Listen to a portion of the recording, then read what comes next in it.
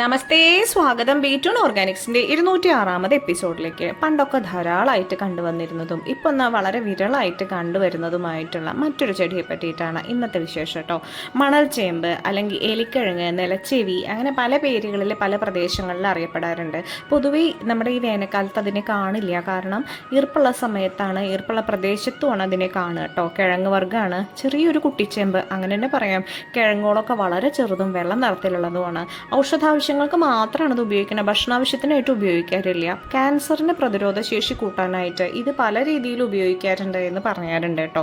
Especially breast cancer, lung cancer, prostate cancer, liver cancer അങ്ങനത്തേൻ്റെയൊക്കെ കോശങ്ങളുടെ വളർച്ച തടയും എന്നാണ് പറയുന്നത്. പിന്നെ ആൻറ്റി ഇൻഫ്ലമേറ്ററി പ്രോപ്പർട്ടി ഉണ്ട്.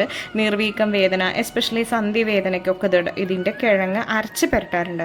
അതേപോലെ ശ്വസന പ്രശ്നങ്ങൾക്ക്, ചുമയ്ക്കും ആസ്മയ്ക്കും തൊണ്ടവേദനയ്ക്ക് ഇതിൻ്റെ നീരും തേനും കൂടിയും അരച്ച് നമ്മൾ ഉപയോഗിക്കാറുണ്ട് കേട്ടോ. ഇൻടേക്ക്, പിന്നെ ഇൻടേക്ക് ചെയ്യുമ്പോൾ നമ്മളിത് സംസ്കരിച്ച സാധനം ഉപയോഗിക്കാൻ പറ്റും. അതായത് റോ ആയിട്ടുള്ള ഇതിൻ്റെ കിഴങ്ങ് ഡയറക്റ്റ് ഉപയോഗിച്ച് കഴിഞ്ഞ് കഴിഞ്ഞാൽ അത് പല വിഷാംശങ്ങളും ഉള്ളത് കാരണം ഈ തൊണ്ടയിലൊക്കെ കടുത്ത നീരി കെട്ടിയിട്ട് ശ്വാസം കിട്ടാത്ത അവസ്ഥയൊക്കെ വന്നു എന്ന് വരാൻ കാരണം അതിലെ കാൽസ്യം ഓക്സാലേറ്റ് ക്രിസ്റ്റൽസ് എല്ലാ ഭാഗത്തും ഉണ്ടെന്നാണ് പറയുന്നത്.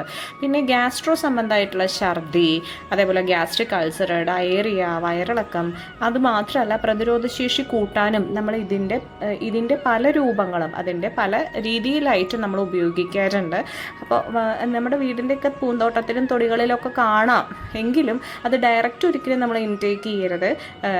അത് പച്ചയായിട്ട് ഉപയോഗിക്കാനും പാടില്ല. ഏതെങ്കിലും ഒരു പാരമ്പര്യ വൈദ്യൻ്റെയോ അല്ലെങ്കിൽ ഒരു നാട്ടുവൈദ്യൻ്റെയോ അല്ലെങ്കിൽ ഒരു ആയുർവേദ ഫിസിഷ്യൻ്റെയോ ആ ഒരു ഉപദേശപ്രകാരം മാത്രമേ ഉപയോഗിക്കാൻ പാടൂ. കാരണം അത് നമ്മൾ അറിയാതെയുള്ള ഉപയോഗം ചിലപ്പോൾ നമുക്കത് ഗുണത്തിനേക്കാളേറെ ദോഷം ചെയ്യാനായിട്ട് സാധ്യത ഉണ്ട്. ഗർഭിണികളും കുട്ടികളും ഉപയോഗിക്കുമ്പോൾ പ്രത്യേകം ശ്രദ്ധിക്കണം കേട്ടോ.